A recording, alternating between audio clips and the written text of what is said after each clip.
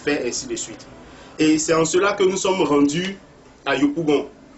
Un de nos frères nous a appris que sa soeur était malade. Elle s'appelle Léonore, elle avait le VIH, elle travaille et c'est elle qui louait donc la maison. Et c'est en cela que nous sommes allés à Yopougon et dans cette cour commune, nous avons prié pour elle. Pendant qu'on priait pour elle, les gens de la cour se moquaient de nous. Mais lui là, il se fatigue, hein? La femme est déjà morte. Je vous assure que tout ce qu'elle mangeait sortait. C'est la vue Baka, c'est Baka qui sort derrière. Je ne sais pas si vous comprenez la gravité de la chose.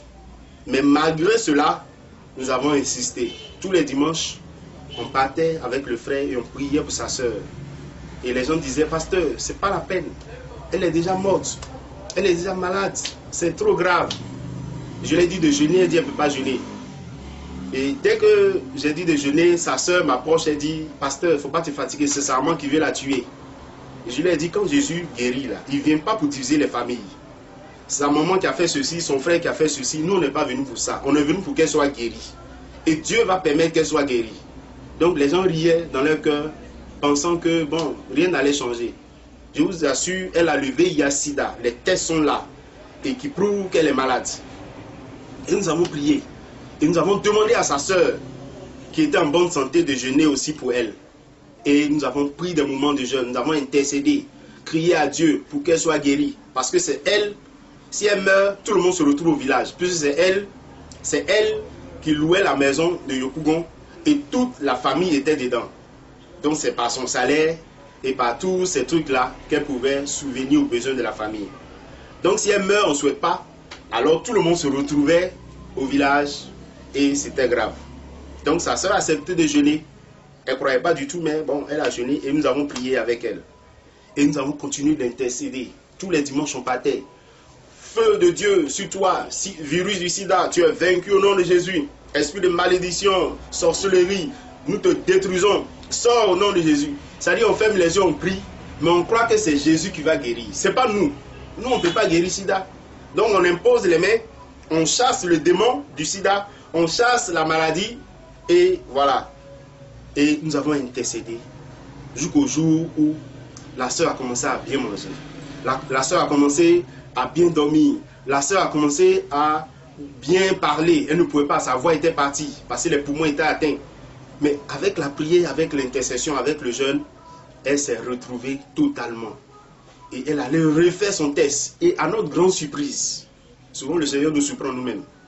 À notre grande surprise, elle est totalement guérie. Le VIH n'a plus de place dans son sang parce que nous avons prié pour elle. C'est Dieu qui guérit. Je vous assure que nous avons prié pour beaucoup d'autres malades. Il y en a qui ne sont pas guéris. Voilà, ce n'est pas un mensonge. Je ne dis pas ça pour vous plaire, mais je vous dis simplement la vérité. Et Léonore est guérie, délivrée du sida.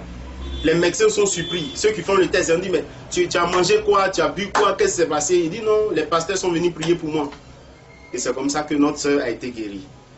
Faire mourir le moi, c'est abandonner sa famille et aller prier pour cette soeur à Yopougon, alors que moi-même j'habite à Koumassi. C'est cela, faire mourir le moi, penser aux autres, souhaiter que les autres aussi aient le bonheur. Et notre grande joie, c'est qu'elle soit guérie. Depuis qu'elle est guérie, elle ne m'a même pas donné 5 francs, je n'en ai pas besoin. Mais le plus important, c'est qu'elle soit guérie. Si elle est guérie, alors on a fait quelque chose. Être appelé pasteur, ce n'est pas seulement les offrandes qu'on reçoit, non. C'est la joie de voir quelqu'un travailler, la joie de voir quelqu'un guéri, délivré. C'est cette joie-là qui fait que nous disons que nous sommes pasteurs. Donc faire mourir le moi, c'est cela. Dans Galates chapitre 2, verset 20, comme on l'a dit, Paul a dit, ce n'est plus moi qui vis, mais c'est Christ qui vit en moi. Christ qui vit en moi. Et donc, c'est cela. Étant pasteur, tu dois payer des factures, tu dois aider les autres, tu dois payer qu'on appelle ordonnance, ainsi de suite. Et donc, c'est cela, c'est ce que nous faisons pour que ça puisse aider les uns et les autres. Les autres ont fait aussi pour nous. Nous aussi, à notre tour, nous devons faire. Et après nous, d'autres doivent continuer. C'est ça, l'œuvre de Dieu. Ce n'est pas du brigandage, ce n'est pas du vol. C'est l'obéissance à Christ. Donc, cette sœur, aujourd'hui, elle chante dans une église, elle loue Dieu.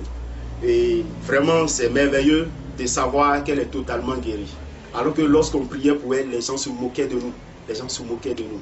Donc, faire mourir le moi, c'est cela. Toi et moi, nous pouvons faire mourir le moi. Ne pense plus à toi seul. Commence à penser à de grandes choses. Quand tu vas penser à de grandes choses, si tu expliques ça à quelqu'un, ils vont dire, mais toi, tu es fou. Tu es fou. Non, mais la vie que nous menons là, ce sont les fous qui réussissent. Voilà. Donc, c'est cela. Il y a des gens qui ont commencé leur école avec dactylo et ils ont fait des grandes universités que je ne vais pas citer. Voilà. Donc, c'est cela. Il faut commencer avec le peu que tu as et Dieu te bénisse. Sois fortifié. Regarde un peu l'adresse qui s'affiche et que Dieu te fortifie. Amen.